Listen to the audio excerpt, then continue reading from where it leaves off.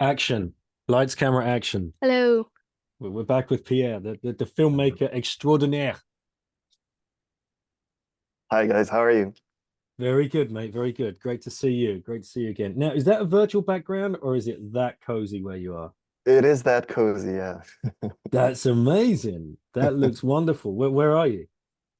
Just north of Warsaw in Poland, so like an hour away north of Warsaw.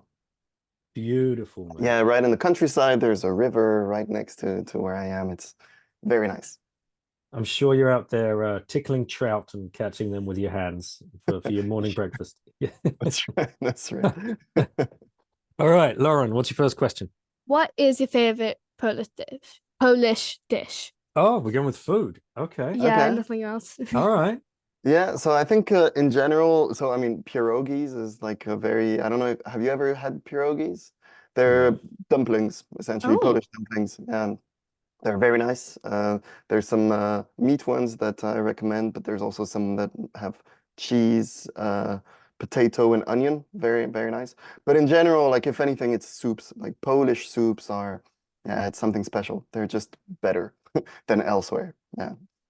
what about desserts? Do they do like, I desserts? mean, like that's a tough one. Remember, I'm French. Yeah. So that's a tough question. No, I don't know. I don't know any Polish dessert that is necessarily worth mentioning. Yeah, at least for my taste. I think if you'd ask Ada this question, she'd she'd think different.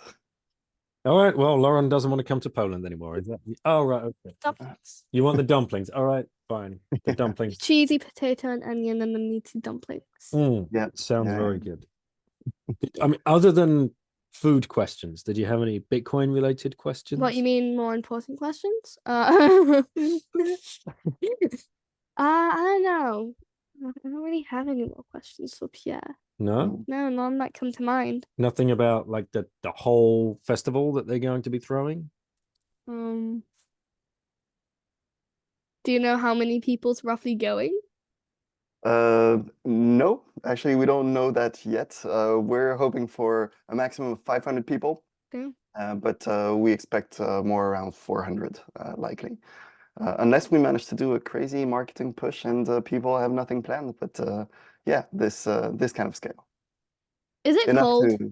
to, well, I mean, right now it is, although I guess it's all relative. But when the film fest is going to happen, it'll be end of April, so it won't be Oh that yeah. cold. Like this is, when I mean, it's not quite spring yet, but Mm. that's when it's starting. So evening outside will be around 10 degrees Celsius. All right, we Yeah. can go to Poland. Yeah, we hope to be there, Pierre. We're fingers crossed. We hope to be there, and fingers crossed we'll be able to help you out in some way. If Mhm. at the very least, educating the plebs that are listening right now as to what you have planned, which is what we're going to talk about. So, but before we do talk about that, Lauren, did you have any further questions? No, that's all. That's all. Yeah, Right, that's all. okay. Yeah. Anyways, bye Well, bye. thank you, Thank Lauren. you. Yeah, thanks, Lauren. See you soon. Maybe see you in Poland. Yeah.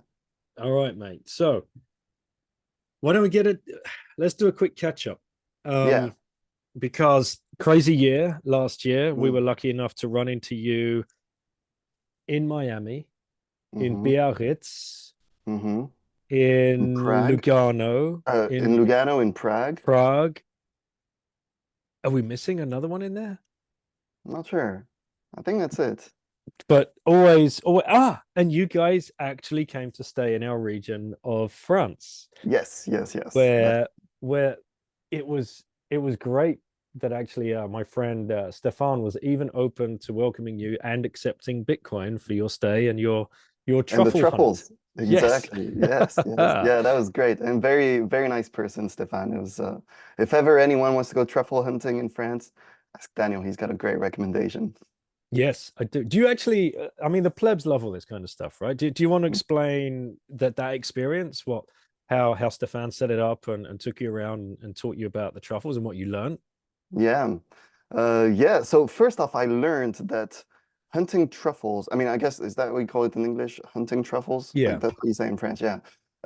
When you do it the flyway, I'm not sure what's the actual English term, but à la mouche in French, Yes. literally means that you use flies to find truffles, which that was surprising to me.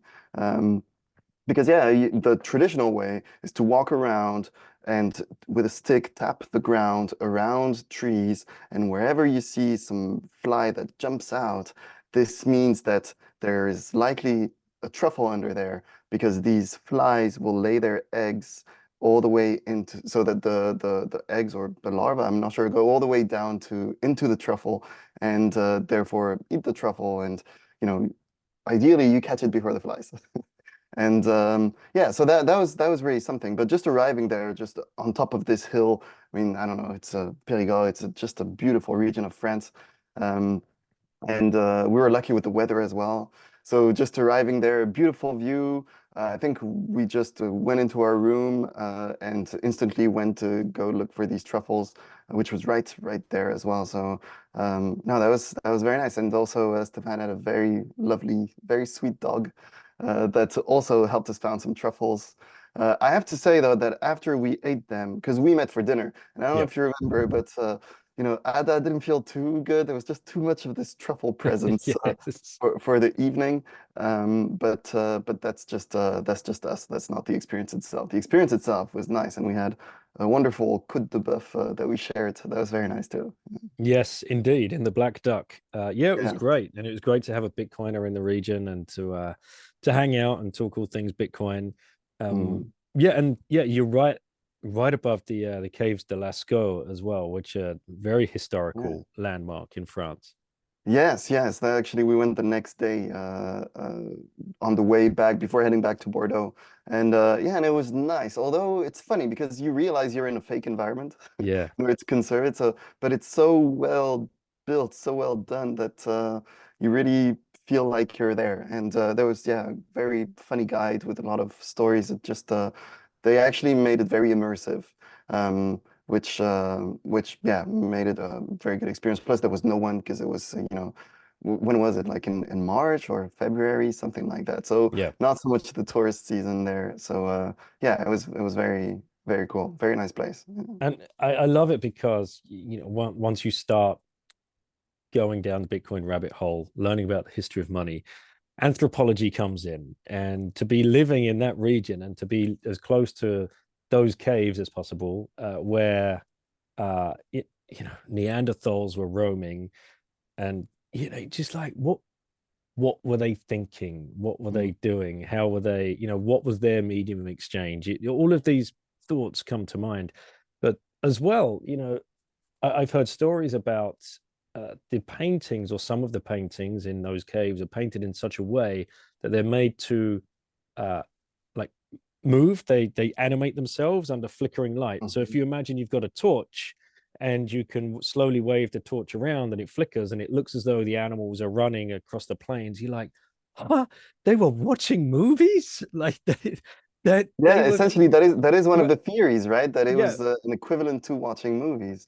which I mean makes sense. And when you see it, I mean, yeah, you experience it yourself directly. But what I find also interesting is the fact that I mean they didn't paint all of this in the caves by accident. It was on purpose, done over there with the right kind of paint and you know materials for it to last forever, which you know makes you think what kind of art, because it's the first recorded form of art that we have, right? What kind of art were they doing outside of the caves? And that's because I mean it's so much easier to you know do any kind of art and not within a cave where you're crouching down in the dark with just a candle and painting. mhm. So what kind of things were they actually capable of doing outside of that? So you know I think we underestimate all of the great beings that lived back then. Yeah, and then it comes in the question of like, yeah, who was doing it? Was it, Mm, you know, a mixed effort within the tribe? Uh, was it just the men? Was mhm, it just the women? Was it the kids as well? Because yeah, the crawl spaces are very small, mhm, and you know, who would have been around the dyes? The dyes would have been coming from like pounded fruits and roots and things like that, right? Which would have been more the gatherers rather than the hunters. The hunters would have been more out hunting the animals and gone for long periods of time. it just, it invokes so many questions. It's Yeah. such an Um, interesting thought pattern to, immerse yourself in. Yeah. No, I 100% agree. Definitely worth checking out. It's a interesting experience. So with moving pictures on the wall, that's your forte. This is what you have brought to the Bitcoin space in a big way with your own film, and with the festival, which has been a resounding success, I would say.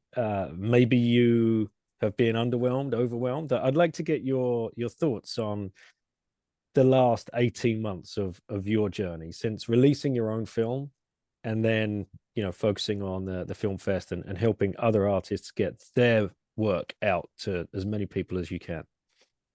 Yeah, the because of course releasing my film was, I mean, was an entire experience, and of course it was the first film I did, so it was, I mean, you learn a lot, you see the mistakes that you made, etc. But you also see how impactful it is for people. I still have people today writing to me, even though my film came out over 2 years ago now, still writing to me saying, "Oh, great film! I really liked it. I shared it with my family." So it's very very nice, and it's great to be able to enable this for everyone as well, right? And when we started the film fest last year, it was, I mean, much smaller. It was the first time we were doing it. We were screening 8 films, and we had to reach out to everyone, begging them like, "Look, it's a cool initiative we're doing. Let us screen your film. It's an opportunity for you, but also for us." And we had a few filmmakers come over, which was really great, especially the ones from Europe. The winner actually was Rémi Forte, that was on your show Mhm. for the Le Mystère Satoshi.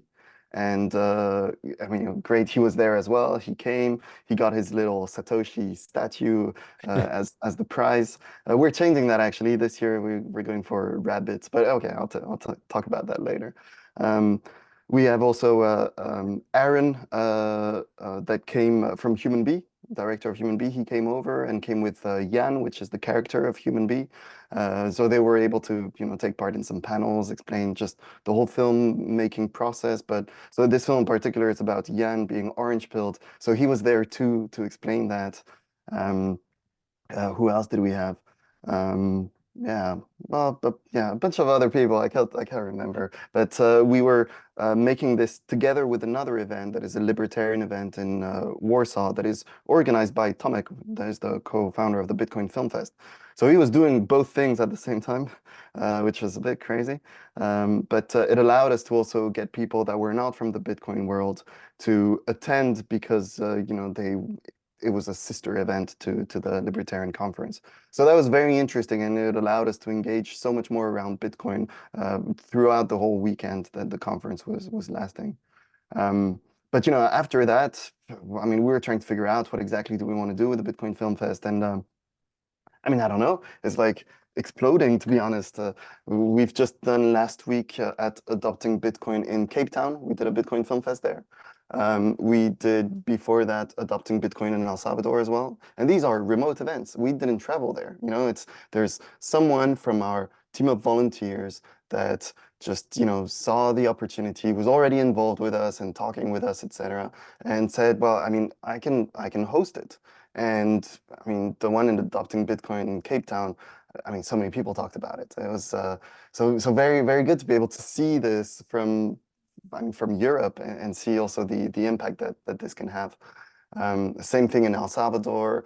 I mean, there was one in Lugano as well. We did some screenings in Prague. So we're going all over the place, and the more this grows, I think the more people are going to want to organize such a film fest as well. So, having been all over the world now with this initiative, I mean, it's clearly catching on, and I think we're becoming the reference when it comes to Bitcoin film and events around film. So the next one will be in Madeira, first of all. So on the 4th of March, we're going to do so we call them Bitcoin Film Fest Mini, because they just last 4 to 5 hours. We show some film, have some panels, etc. And we're going to be there for this one. I'm going to be there too.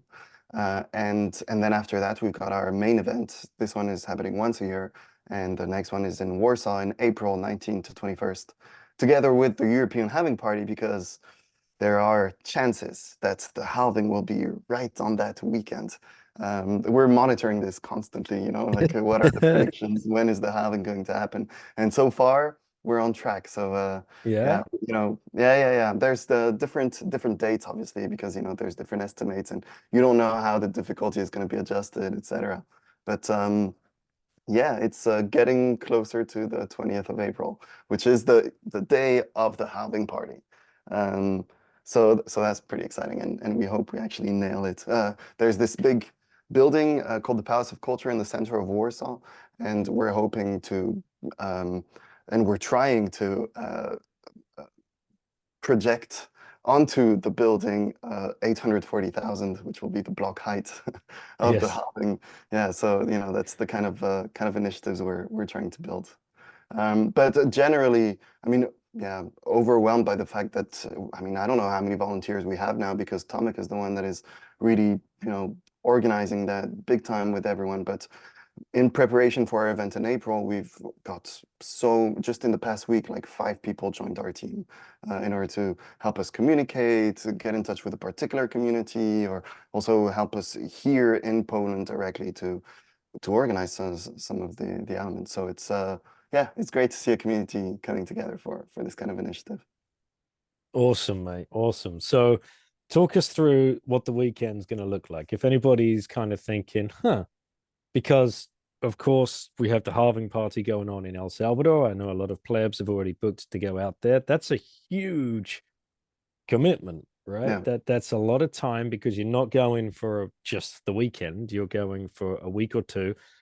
Many people can't afford that amount of time, especially if they've got a family, uh, to get everybody over there on the long haul flights. So for those in Europe that might be looking around for a halving party and a little bit of a conference vibe going on as well, it seems to me this one in Poland is going to be the perfect kind of answer. So what's the ticket prices? How's it looking to transpire over the weekend? What events? Why don't you just shill the whole thing? Yeah, sure. So I mean, yeah, I agree with you. The great thing as well is that being in Poland, I mean, it's in the EU. It's very easy to access, but it's also very cheap. So it's it's a great place, and we know there are companies that are planning their company retreat as part of the event because it's easy for everyone to travel and it's cheap to get here and stay here. But the event itself, I mean, yeah, it's going to be a long weekend.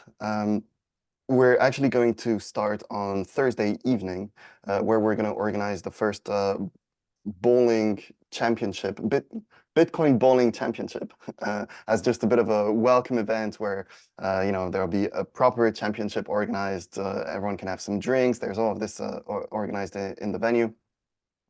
Just as a bit of a welcome. We plan on adding a bunch of gamification elements in the event, the whole weekend, in order to be able to, just make it fun. Because when you think European Halving Party, I mean, party, sure, we have to deliver on an actual party where, you can dance, drink, etc. But we want to go beyond that. We want it to be an event that anyone can join and anyone can participate. Therefore, creating games and gamifying all of that in order to allow people to gather some points and then get some prizes. This will encourage everyone to just participate in everything. And so we're going to be starting with a bowling competition, which I think is going to be pretty fun. And then Friday, we plan a bunch of small events in the mornings, which will be just more like satellite events, things that we enable, that we organize. People can do this thing, and there'll be different games and such. And in the afternoon, the film fest begins. So the film fest is going to be over 2 days, which will be Friday and Saturday afternoon. I mean, until the evening. I think we have the cinema until 8 p.m. And yeah, it's going to be a mix of films, of workshops, discussion panels with filmmakers, with other guests that we have here.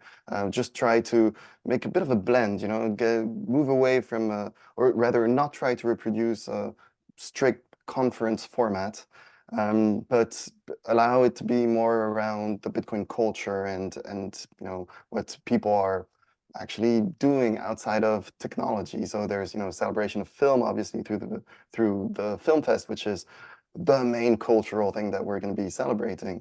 But there's also going to be some art galleries and some shorter formats. There's going to be some displays of a bunch of different kind of arts and memes and all the good stuff that that Bitcoiners like. And on the side, there'll be different games that people can attend. We plan on doing a half marathon for the halving, but that anyone can take part however they want. They just need to be able to show us that they've run all of these kilometers, and we then give them the points that they deserve for this achievement, right? There will be, together with Be Bitcoiner, we plan on which is a jobs platform focused on Bitcoin jobs.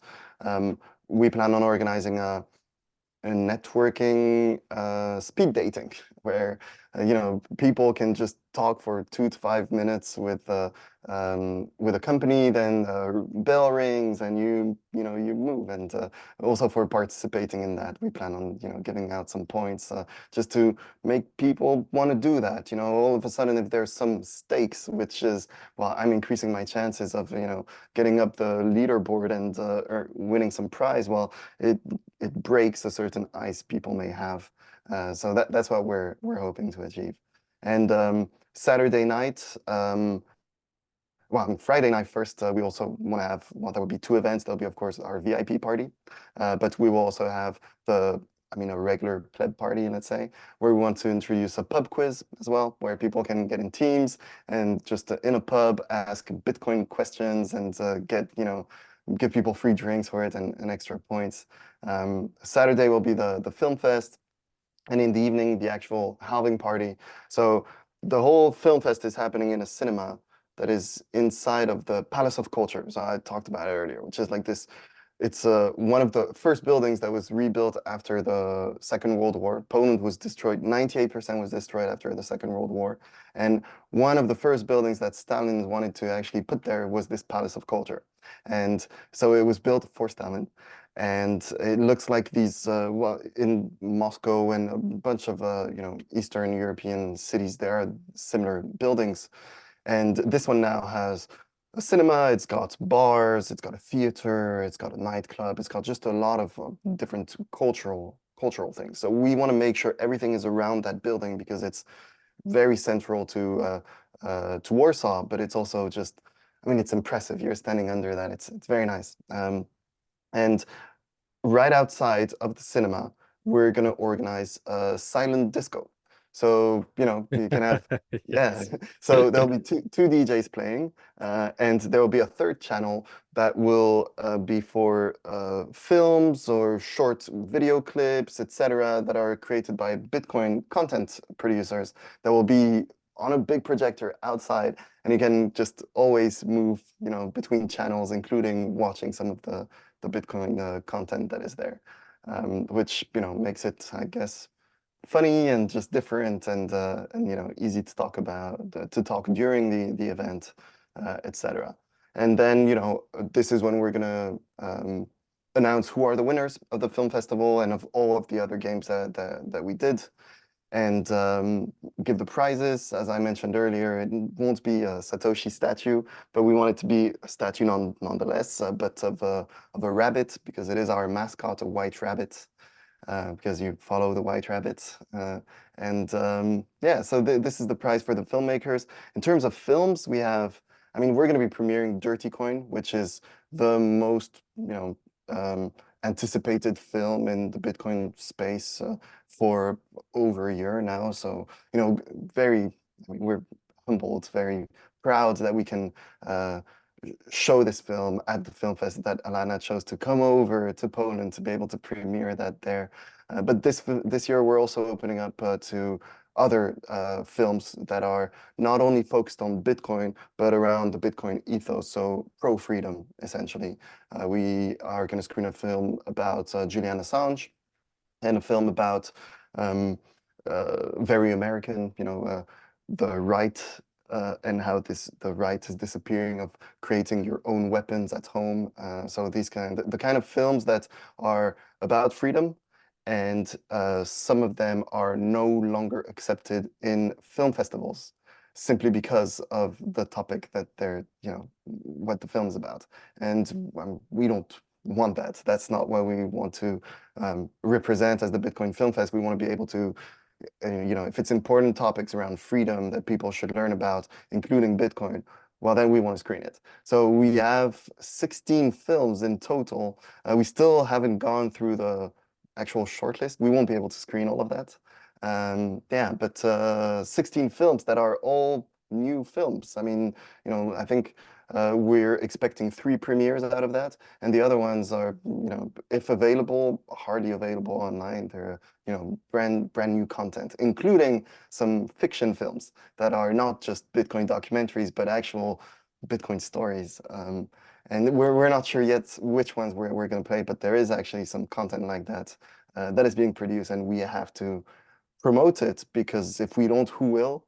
And you know, we're just a platform for that. And then Sunday will be cool off with the brunch, final networking kind of moment.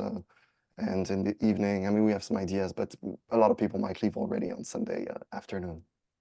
Yeah, wow, man, that's huge. Yeah. And I had no, I mean, I know there's a lot of work going on behind the scenes, but 16 films and that's not representative of all of them. I I know wonder. that's the films that are done and that could scream at the film fest. That's a huge Yeah. amount of content. I mean, our list, because of course, you know, whenever we see a new Bitcoin film, then I mean, we reach out to everyone, and our list, I mean, it just keeps on growing and growing and growing from all over the world, in fact, with different angles. You know, some are more pro Bitcoin, some are less pro Bitcoin. You know, there's and they all have, yeah, their different style and ambitions, and I think it's yeah, it's a big list. It's definitely a big list. Bullish on Bitcoin education, that's for sure. Yes, I Don't think know. you know, that's why we started this initiative in the first place, right? It was okay. We wanted to screen my film with Tomic, and then since he was organizing his conference, well, he thought, well, maybe, you know what, let's go bigger and let's bring these people so they learn about Bitcoin themselves and push this education. So yeah, so that's the point, and I think clearly we're winning. I mean, our community just keeps on growing. We have new people joining our Telegram daily and are active there. And I mean, I struggle to follow all of the messages that are happening there. So it's, yeah, definitely a dynamic community that is being created full of just passionate people. I mean, we know how passionate Bitcoiners can get about Bitcoin. Well, you know, we know how passionate artists get about their art as well. And when you watch the movies, they're of such high quality. Mm. It's not like a pleb is just out there filming like a Blair Witch Project style. Like, you know, we're talking like incredible quality. Yeah. Yeah, no, definitely. Some of them are, I mean, it's professional teams behind that, right? It's really, depending on the films, of course, there's higher and lower budgets, but the quality is increasing at I mean, at a pace compared to what we had available last year. And we're literally just talking 12 months during a bear market, right? Mm-hmm. So, well, even in these conditions, the quality of the content is just skyrocketing, and it's only going to continue, right? I mean, you know, we expect for the next bull run to come, and that's only going to attract more people. And I think, you know, with more people coming in, you get more experts in their field, and this includes filmmaking. And yeah, I think, yeah, this quality is only going to go up, and we're waiting for the day when Netflix reaches out to us in order to like produce something, and we would help them out in that because we have all of the network in Bitcoin cinema. Yes, for sure. And I've yeah, I know Corey thinks the same way, and you were helping Corey as well from Yeah. My Movies Plus in Miami. Uh, were you like shooting a film alongside him or just helping with his project? So we were helping each other. Right. So because he was filming for his project, searching for Satoshi, and I was filming for my own project, the fight for the US dollar, which for now, I mean, I'm too busy with other stuff, so the production is on pause at this stage. But we're still, I mean, after Miami, in fact, I think Miami, because that was in May, right? Prague came afterwards. Prague was in June, I believe, Yeah. right? Yeah. So Prague was the last conference where I did interviews for my documentary, and that was a wrap. So there's no more filming interviews. I've got 40 interviews already, and we spent all summer with so Neil, he's the writer for my film from Canada. And yeah, we spent all summer together, having 1 to 2 weeks, 1 to 2 calls a week, where he was just, going through all of the content. We would go through it together and just put the story down on paper. So we've got the entire script now. We're essentially missing filming some storytelling points, like the higher level investigation about all of these 3-letter institutions. So, that's right now that's what we're missing, and I'm missing some funding. In fact, this is why for now it's on pause. Well, time is also a constraint. I'm not gonna lie, but you're up on Geyser, aren't you? If people want to go and throw some sats at that project. Yeah, definitely. On Geyser, you can find the fight for the US dollar, and yeah, please do send me some sats so I can get that last part finished, and then it's just editing. And I'd make sure, well, I want to point people, first of all, to your first film. And as far as I'm aware, that's still free to view, and you can send some sets across. Yeah. Yeah. So The Great Reset and the Rise of Bitcoin, it's free for view, and it will remain this way forever. And it's on YouTube. It's on a bunch of channels right now. So if you just type The Great Reset and the Rise of Bitcoin, I mean, anything's fine. You don't have to go for my channel. I'll accept. Yeah. Yeah, but yeah, so this one, I mean, it's still growing, I still get a lot of views on this one. We're now beyond 2 million views, which, I mean, is great. I used to say across all platforms. across all platforms, yeah. Wow. Yeah. So this is, I mean, yeah, amazing. I never thought, when I was releasing the film, I was hoping I would reach 100,000 views, and now it's still continuing. And I wonder how the film is also gonna, how it's gonna be during the next bull run, when more eyes are on Bitcoin. People are trying to educate themselves. Is there gonna be another push of views on the documentary, which would be, I mean, would be great. I welcome that because I still think, even recently, I rewatched it, and I still think it's high quality content and a great place to learn about the economy and about Bitcoin. Yeah, it is. I've watched it a couple of times and shared it as well. And yeah, hats off. You did a great job. And for anybody that does want to learn more about that, they can find our previous interview where we just go through the whole thing and the reasons for you doing it. So we won't, go over covered ground. But you had another project on the go, or another 2 projects. Yeah. One animation where you were trying to, wrestle with that part of your artistic side, and the other thing was the AI stuff that you were looking into, if I'm not mistaken. So talk us through each one of those, and like what you've learned from each project, and whether you're push forward or whether you're putting them on hold. What's the latest? Yeah. So well, first I can talk about the animated video that we did together that I made as so first off, I just wanted to learn Unreal Engine because I saw the kind of high quality films that you can do there, and I thought, okay, how quickly can I learn Unreal Engine and produce a film?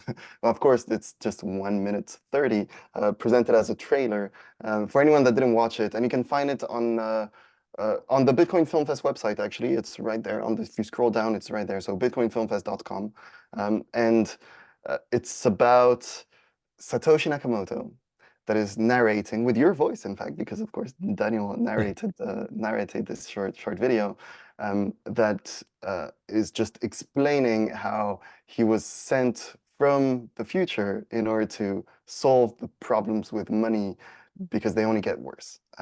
And that's, I mean, I think that's a project that it would be great to be able to go, do a full film, or at least a short film that, 10 to 15 minutes.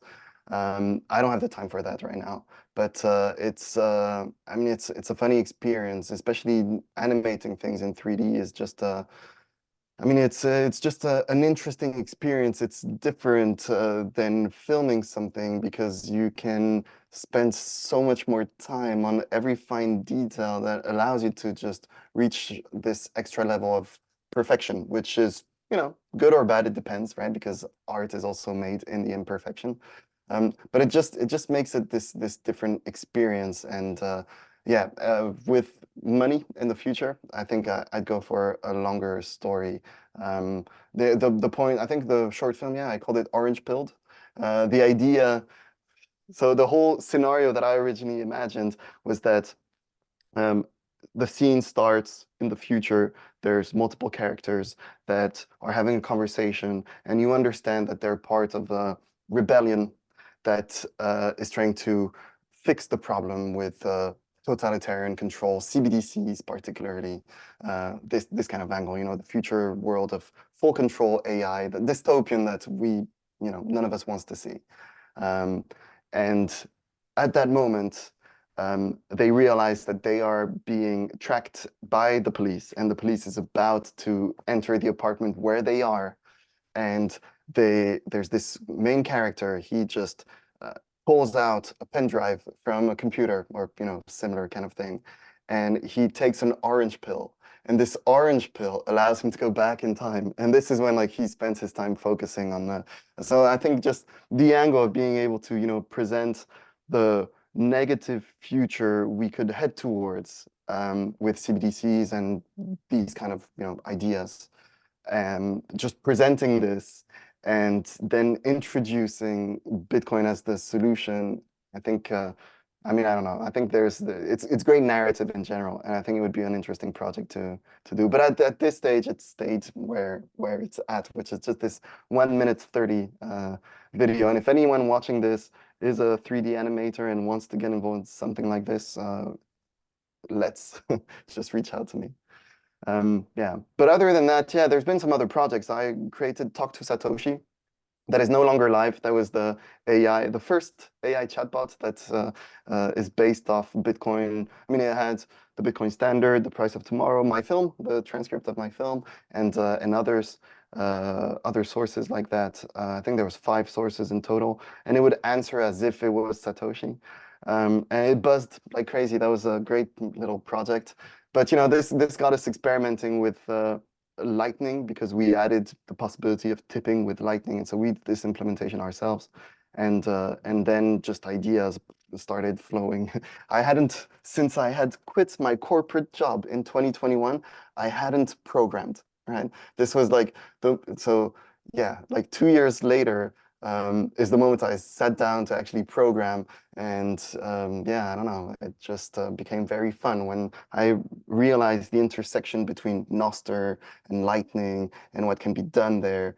Yeah, it led one thing to another. Now we actually released last week Flash, paywithflash.com.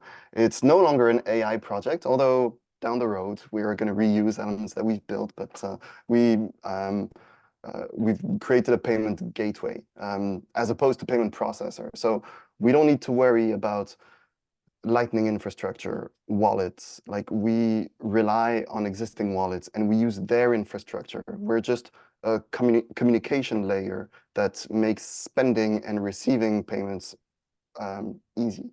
And our flagship product is a subscription model that doesn't exist in Bitcoin. It's the legit first subscription model that any wallet can integrate to. And now we're working with the platforms to try and implement that for them. Because I mean, why not? There are so many platforms that accept subscriptions in fiat, but they don't in Bitcoin. And the only reason they don't is because they can't. So the moment you give them an easy solution to implement, I mean, I don't see why they wouldn't be on board. That's what we're going to test. We built the tech. We have some demos on YouTube. You can find that from our website. And yeah, and that's I think one of the exciting projects I'm working on now that is requiring a lot of time because, of course, we just released, and it's setting up an entire company. So the talk to Satoshi, that's not working anymore, or No. is? No, It's not. Yeah. Damn. Well, and that's something you've just shelved, played around with, that was fun, but moved on. Well, we took this a step further where we just, one second. If you don't mind, I'll just move the piece of wood because it's going to fall off the chimney. Yeah. Yeah, we don't anything burning down. Right. Okay. So yeah, what we experimented with was changing the. Okay, I'll go backwards. In order to create Talk to Satoshi, we were using the OpenAI API, right? So we were just creating our own ChatGPT. Now, what we thought is, okay, this is great, but we're still just, we weren't able to get paid by people, or like you can ask them to like, just like some other platforms I've tried doing where you can load a bunch of Satoshis and it allows you pay per question, etc. This gave us an idea. What if we could actually, using Nostr, change the way you call APIs as a developer and use Nostr events to request such things. And we created, it's still live, but I even tested it today randomly because I didn't touch it in 3 months. We created a GPT-4 that is paid with Lightning. So you know how you have to pay $20 a month to use GPT-4? Well, what if instead you could use our platform and OpenAI has this thing where when you ask a question using their API, part of the response, I mean, of course, you get the answer, just the sentence, but you also get the cost of that query in dollars. And so we were changing this automatically into Satoshis, and in order to receive the answer, well, then you have to pay in Lightning, and you can automate that. Yeah, so that's part of the project that we did. We were adding Talk to Satoshi there as well, just to use all this this entire stack. We published this, we released it to the world. And the same week we thought, actually, scrap that. Let's move on to like Flash. Let's bring more like use cases. So but like literally the same week, I met up with my co-founder, and the first thing he said, he was like, yeah, you know what? It's awesome. We're releasing this week, but the project was called Nostr Eggs. And he said, yeah, the problem is Nostr is in the name. Like it doesn't really make sense. Because it doesn't. Imagine if Google would have called themselves Internet Google. Like it's just a bit weird, right? So Nostr something is also a bit weird because in a world where everyone uses Nostr, then it's irrelevant to use the name. And after that we thought, well, maybe we need something more catchy like Flash. And then we started thinking, okay, but Flash, it's the idea of just fast payments, easy payments. It doesn't matter about some APIs and AI stuff. And we started experimenting with this new tech that is called Nostr Wallet Connect, that Albi developed together with Mutiny Wallet. And this broke my mind because it just empowers app developers so much, where you don't need to worry about infrastructure, about a Lightning wallet, about like anyone. So that's what we're using on Flash, and anyone can connect to Flash with Nostr or by email. But anyway, our entire user management is Nostr. So we're taking a different approach to Nostr in the sense that we are a Nostr client, but not a Twitter-like client. It's not about the social network out of it. It's about the user management part of it. And you create an account with us in order to connect using Nostr Wallet Connect. And this gives us the power to handle some of your wallet interactions. And this is how we can automate payments, including a subscription model. And this is brand new tech. Literally no one knows about this, which is, I think I have an entire thesis as to how it can change the world of Lightning and Bitcoin in general. But I think yeah, it's very interesting. And next week, normally an article is going to come out written by Albi in Bitcoin Magazine explaining Nostr Wallet Connect and how it changes the world of Lightning developers. And I truly think so. Anyone can do it. You don't no longer need to be a Lightning wallet or provider. The Lightning wallet and provider will be able to focus only on, the best custody solutions, the best onboarding, the best infrastructure in general, and liquidity, making sure every transaction goes through. Today, they need to do all that. Plus, they need to create all of the software that are use cases that will attract people to use their wallets.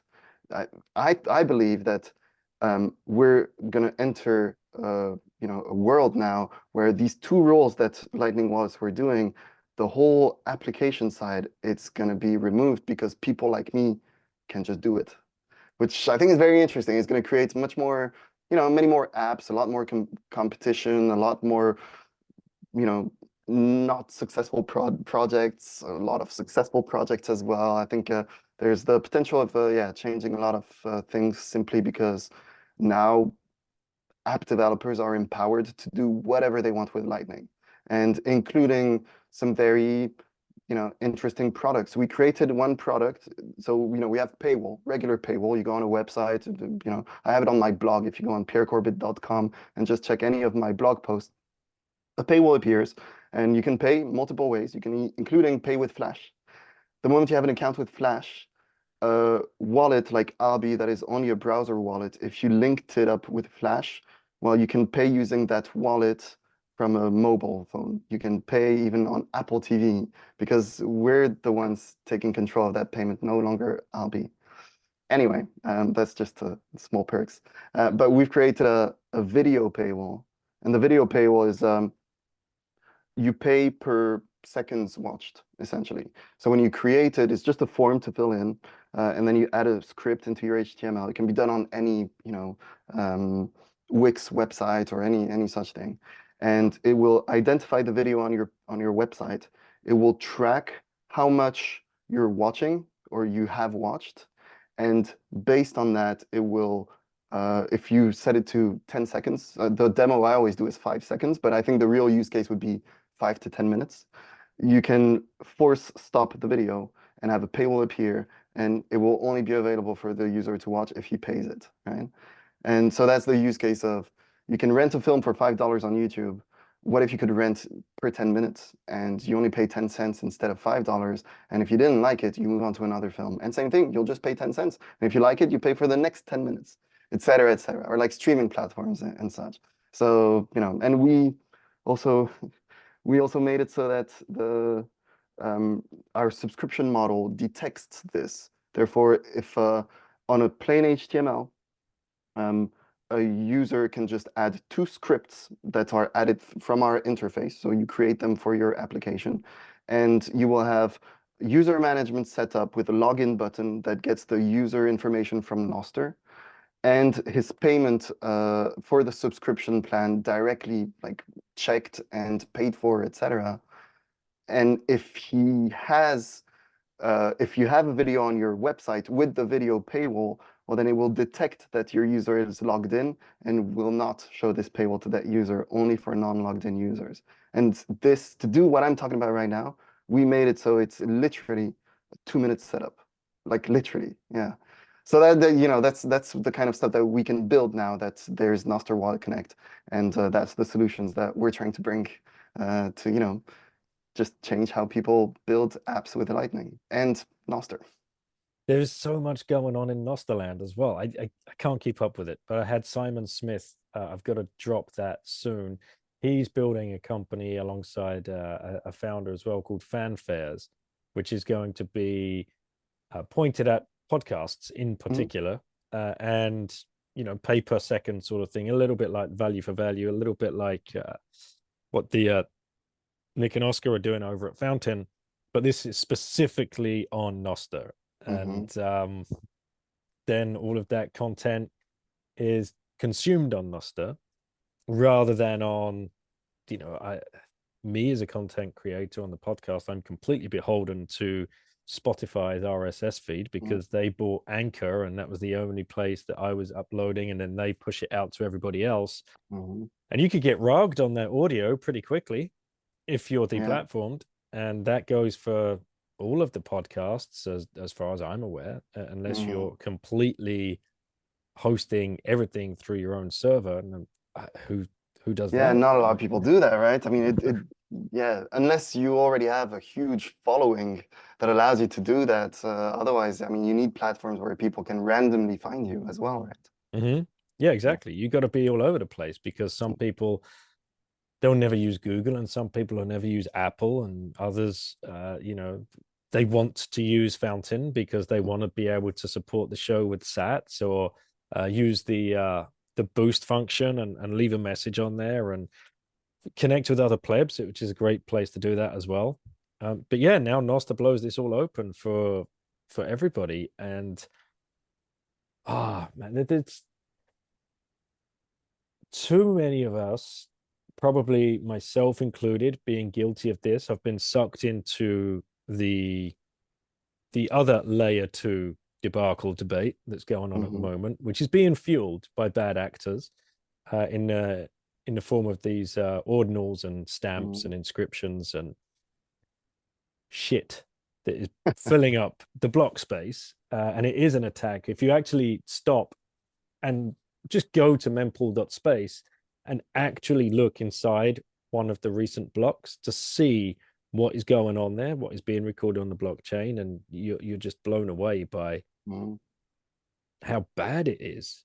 And these guys, I believe, are causing a problem to offer a solution, and the solution they're going to offer is another layer 2 payment provider solution, which is going to be heavily centralized and monopolized by some of the salty BSVers and B cashers that, quote unquote, lost the first time around.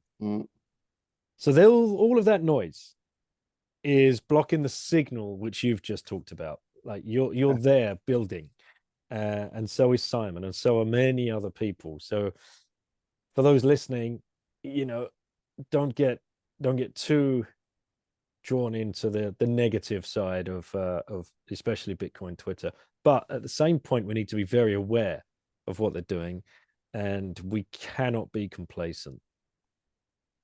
Yeah, so I think because the way I look at it is, I mean, I agree 100% with you on like what these inscriptions and such are doing on the blockchain. I do think though that they just created a problem in terms of fees today, particularly, that we would run into anyway, right? Whether it's 5 years from now and so on, and I don't know, just this realization for me told me, okay, well then in that case, it means not a lot of people are going to be actually using Bitcoin on chain. It's going to be mostly Lightning, or I mean, we'll see what it is, right? I think right now Lightning is the best place. I see Liquid is getting a big push after the release of the Aqua wallet, particularly. But so we'll see what actually wins in the end. But definitely, no one is going to go, spend daily with on-chain Bitcoin. And I think even a lot of people that didn't get early into Bitcoin, they won't ever have a UTXO. I mean, literally, this is not how they're going to experiment it. And so it's an entire market that we need to be able to bring solutions for. I believe that I can't build on-chain wallet solutions. I mean, it's a level of just technicality that I know I can't do it, like, or at least not today, So, focus on what you can actually do. And I believe that especially with what, for example, Blink Wallet are doing with the stable sats and, RGB and this coming into Lightning and what kind of, additional assets and such we may see in the future. I mean, I think all of this stuff is coming, and it's kind of a libertarian's dream in a sense where for example, on Flash, you can create a subscription. You have to pay in Satoshis, but some user can be paying using stable sats. So he's paying in dollars essentially, but I'm being paid in Satoshis. And in fact, if I wanted to, I could be paid into a stable sats wallet myself. Therefore, I could be receiving dollars as well, right? And that's the libertarian dream of, anyone can spend whatever they want and you receive whatever you want. Yeah. And I think that's the kind of things that we have to be able to bring solutions for. That's why the opportunity with subscriptions, I mean, first off, of course, it's a business model that we know works. So if you can be the first one to bring it in the niche, then, great. But on top of that, thinking long term, I was talking with a streaming platform with whom I'm trying to push them to implement Lightning payments with Flash, and they were saying, okay, well, great, and then people from El Salvador can now use our service, right? And kind of as a joke, someone that didn't really understand Bitcoin, and I said, well, yeah, but think of this, up until today, or like the moment they would actually accept subscriptions in Bitcoin, the entire Salvadoran community was locked out of using your platform. We're talking, it's a website to watch, content. So it should be open to everyone. Yet this entire population couldn't have access to it. You can choose to accept dollars. You're just using a different technology, which is Lightning, and it opens this to everyone in the world, which I think is just, it's a framing that I think in the next 2-3 years we're going to see develop very quickly. I mean, I don't know, Bitfinex, Tether, they're working so hard on bringing assets onto Bitcoin and onto Lightning. I mean, the moment you have Tether on Lightning, I think the growth in Lightning can be just crazy, because right now all around the world, people just want Tether. They don't care about Bitcoin, and they want Tether because they want dollars and they can't buy them. And they exchange them on Tron because it's the cheapest blockchain. Like, I mean, it's stupid. We have to bring all of these people on our side, and they'll just be transactioning with Bitcoin themselves, which I don't know. It's just, there's so much opportunity just with this that makes me very bullish on Lightning in general. So you said earlier you had a thesis about it. Have you just pretty much explained it, or is there something else up your sleeve here? No, so I briefly explained it earlier as well, but it's this idea that, you know, so we have Bitcoin is layer 1, Lightning is layer 2, and a lot of people say NOSTR is layer 3.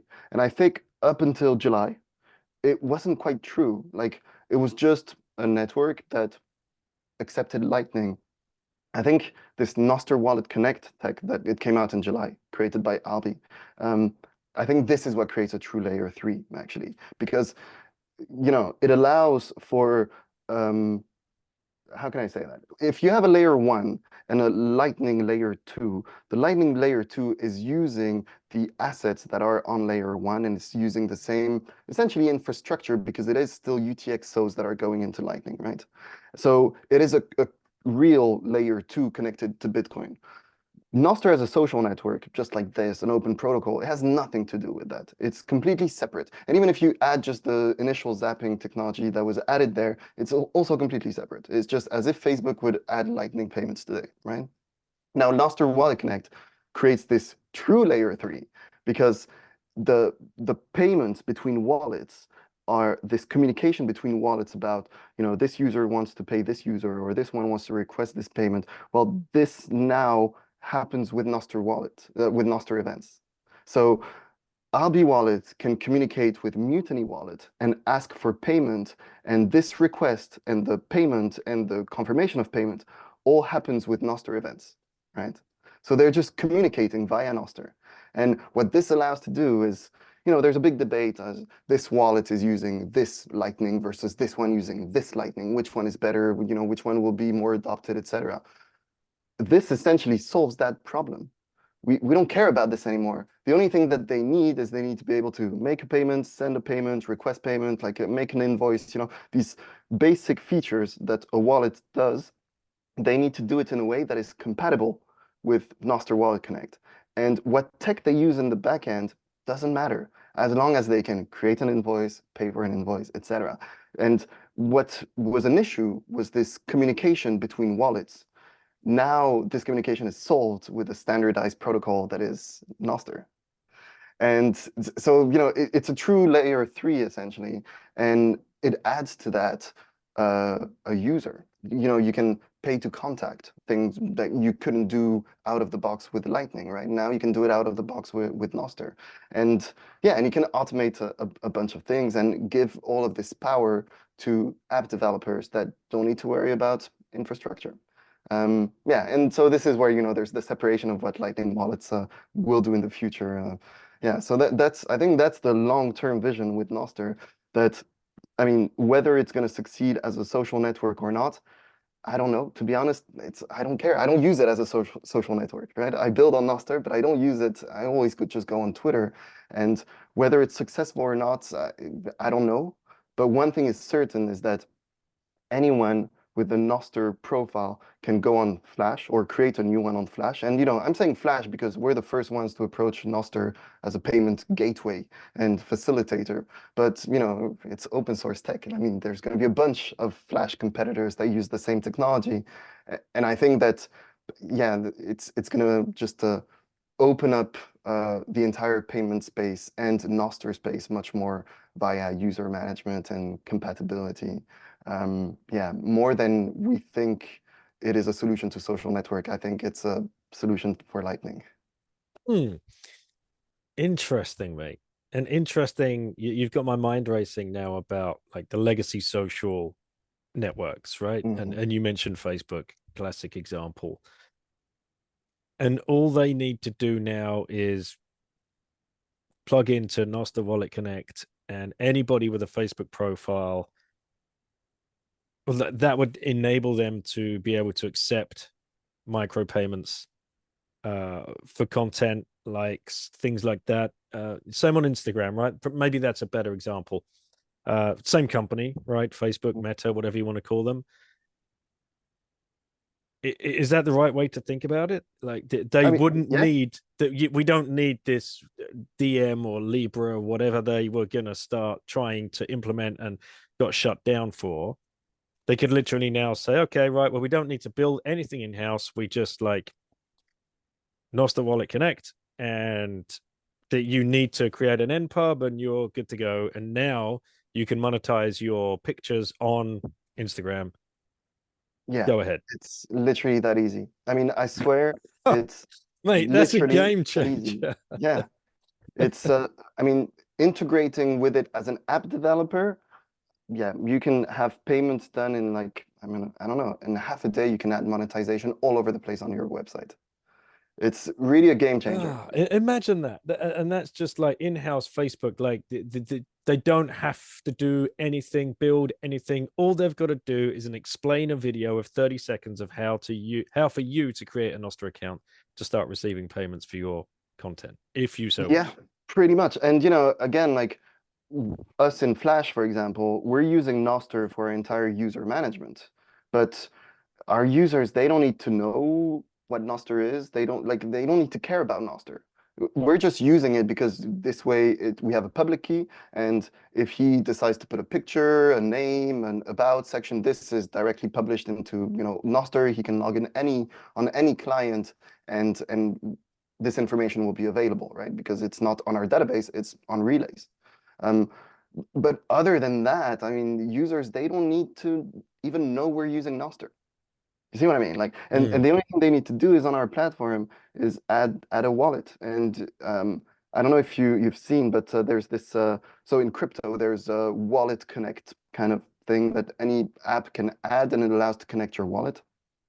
Albi, in fact, they created what is called Bitcoin Connect, where I mean, I hope as many wallets as possible are going to start integrating that as well, where you just add this button by default into your app, and there's this nice looking pop-up that appears. You can select your wallet, you can log in with your wallet, like just very nice standardized way to log in into all of these apps. And Nostr just works in the background of that. Like again, you like a user doesn't even need to use Nostr to be able to use Flash. And every single payment we're doing and facilitating for them uses Nostr. They don't even need to know that. Like it's Right. yeah. So that's crazy. So some big influencer who's shilling whatever on Instagram just literally needs to use Flash, and they can start accepting Bitcoin without having any clue of all the stuff that's going on in the background.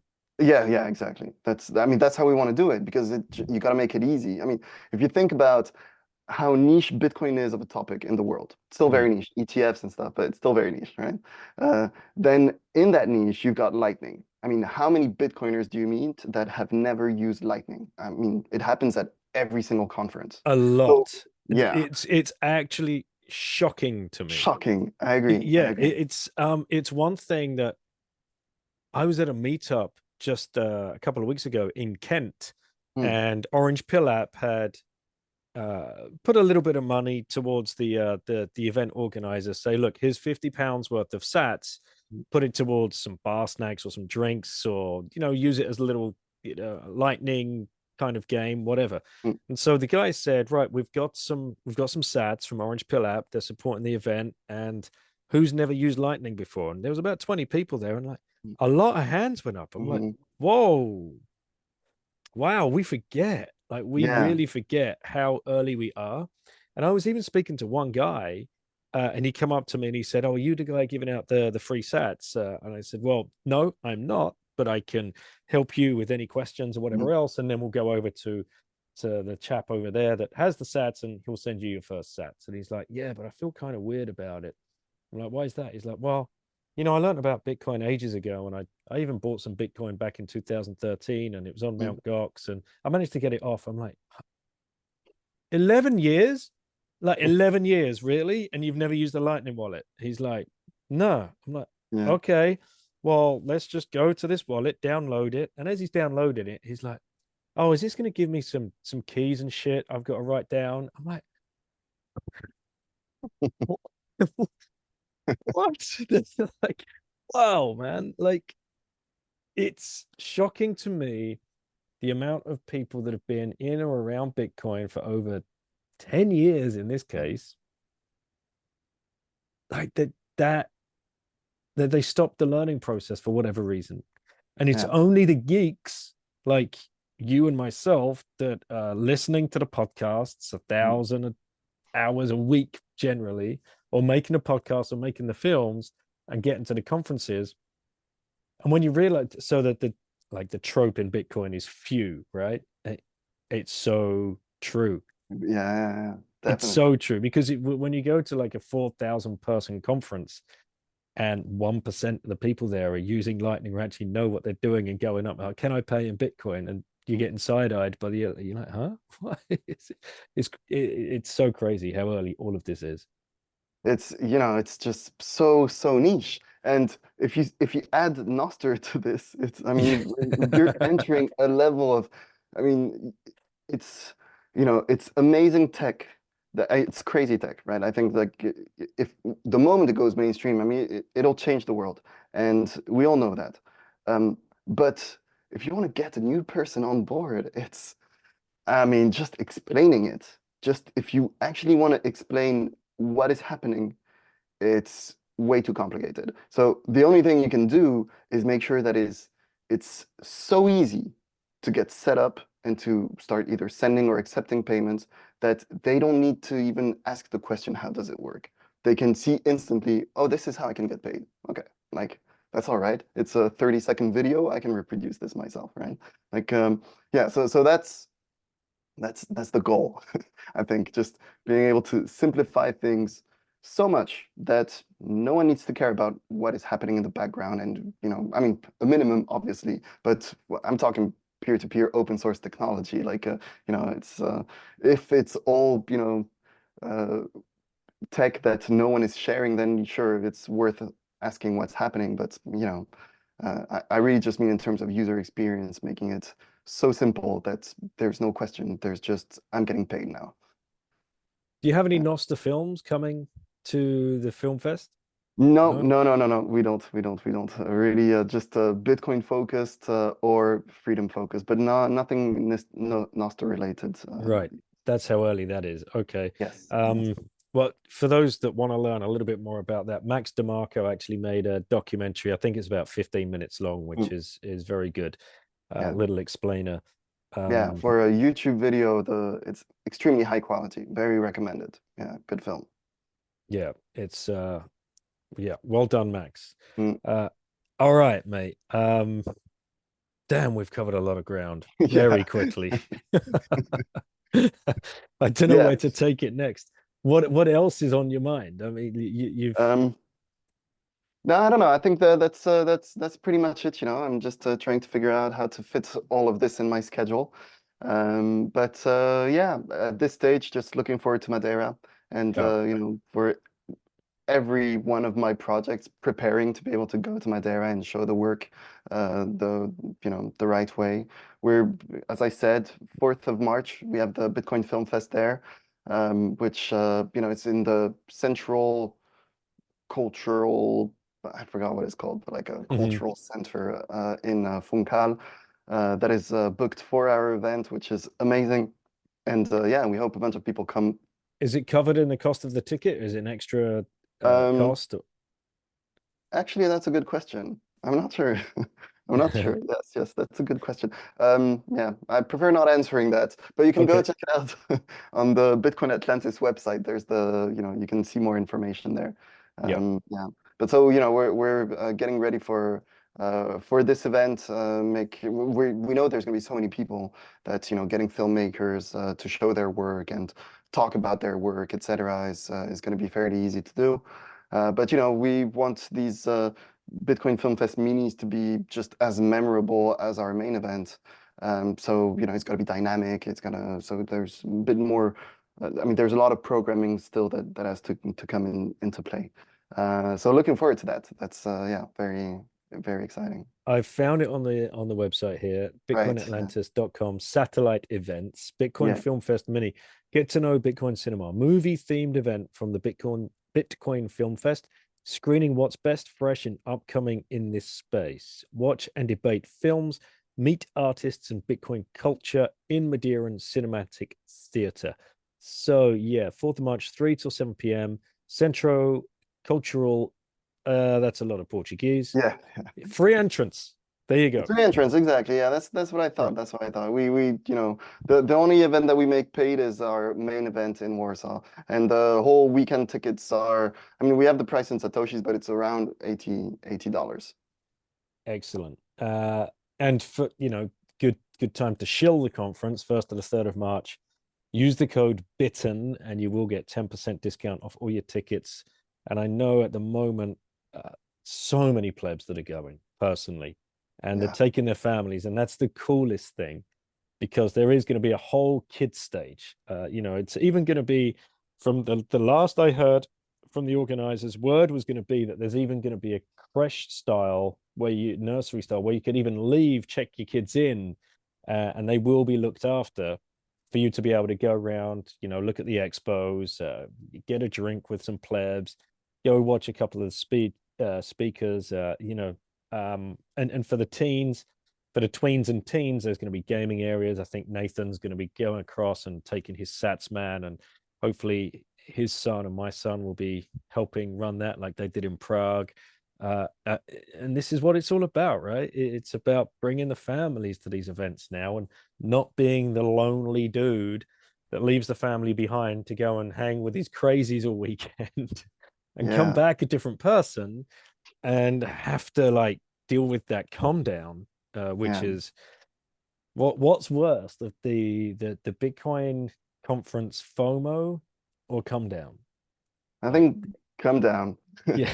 The FOMO is Yes. exciting, whereas after the event, there's less excitement. I mean, I guess no, there's also excitement. I mean, because it's always, it's always good events. There's always good memories. I'm really looking forward to Madeira. I think it's going to be, I don't know, it's got this real festival vibe, actually. It feels like we're not going to a conference, we're going to something so much bigger. Dude, That's the the feeling that I satellite get. events, Yeah. on the website. I'm going for the the hole coiner challenge. So Right. that's 18 holes of golf with a bunch of plebs. So anyone can sign up to that. That's paid, obviously. I think it's about 140 euros. But they've had so much free stuff. They've got the Hal Finney Mountain Run, Hal Finney Ocean Run. They've got Bitcoin walks. I did a pod with Andre recently, and he just went through the whole list. But go to bitcoinatlantis.com/satellite events, and you'll see it all. So even if you're not going to go to the actual event, you can still go to the island, find the cheapest accommodation you can, stay in a hostel if you really want to, and just plug into the scene. It's going to be crawling with Bitcoiners, and more places are accepting Bitcoin now as well. And you can just plug into the free satellite events. It's probably the best hack for going to an event. Yeah, I think so. I think so. And plus, well, you've been to Madeira, actually. You were part of the delegation. Yeah, that's Yeah. I've never been. Really looking forward to it, though. I think it's Yeah. a special place.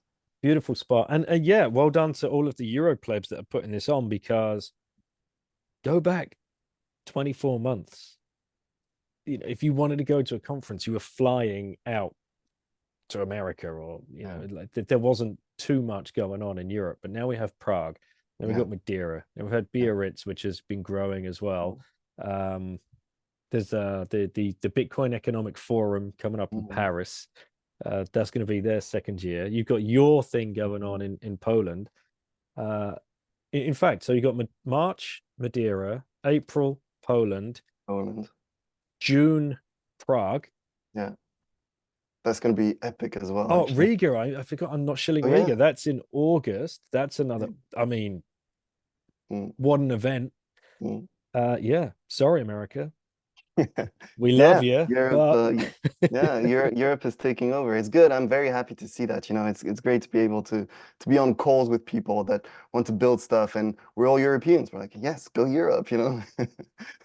So yeah, that's yeah, that's nice. And all of these events. I mean, Prague last year was, I mean, just outstanding. next level. I think it was the best conference I've been to so far. Yeah. And I mean, I don't know, talking with the organizers, of course that's what they're gonna say, but obviously they say that, I mean, if that's what you thought last year, this year is gonna be even crazier. And I think that's yeah, I don't know, that's nice. It's great to be able to have such events that bring people together. And I mean, that's why we're doing ours as well, you know, is to be able to, for our own reason, ours is around celebration of culture, be able to gather all these plebs and just hang out and like play games and enjoy Warsaw. That is a city that has a lot to offer, and Mhm. yeah, and it's just a great place to hang out for during a weekend. Where can plebs buy their tickets? Let's not leave them hanging. Yeah, so right now our tickets are only available in Bitcoin. So you can buy them either on our website, so bitcoinfilmfest.com or europeanhalvingparty.com, or on Geyser. You can also buy them on Geyser. And we are gonna be, I think about next week or in 2 weeks max, starting sale of tickets in fiat, because we just got a local partner, a big distributor of tickets, which is also, we hope will bring us a lot of exposure into Poland, and you know, get a lot of people from here to come also to our event, because in Poland there's a lot of crypto, there's not a lot of Bitcoin. So you know, we're hoping to um, you know, change that by educating just around Bitcoin and getting the right partners to communicate around our project. And so yeah, tickets in fiat will be available, I think next week, or you know, in 10 days or so. Awesome. Yeah. All right. Well, I'll put a link in the show notes and people can go and find it. Last question. If you had one last orange pill left to give to somebody, who would you give it to and why?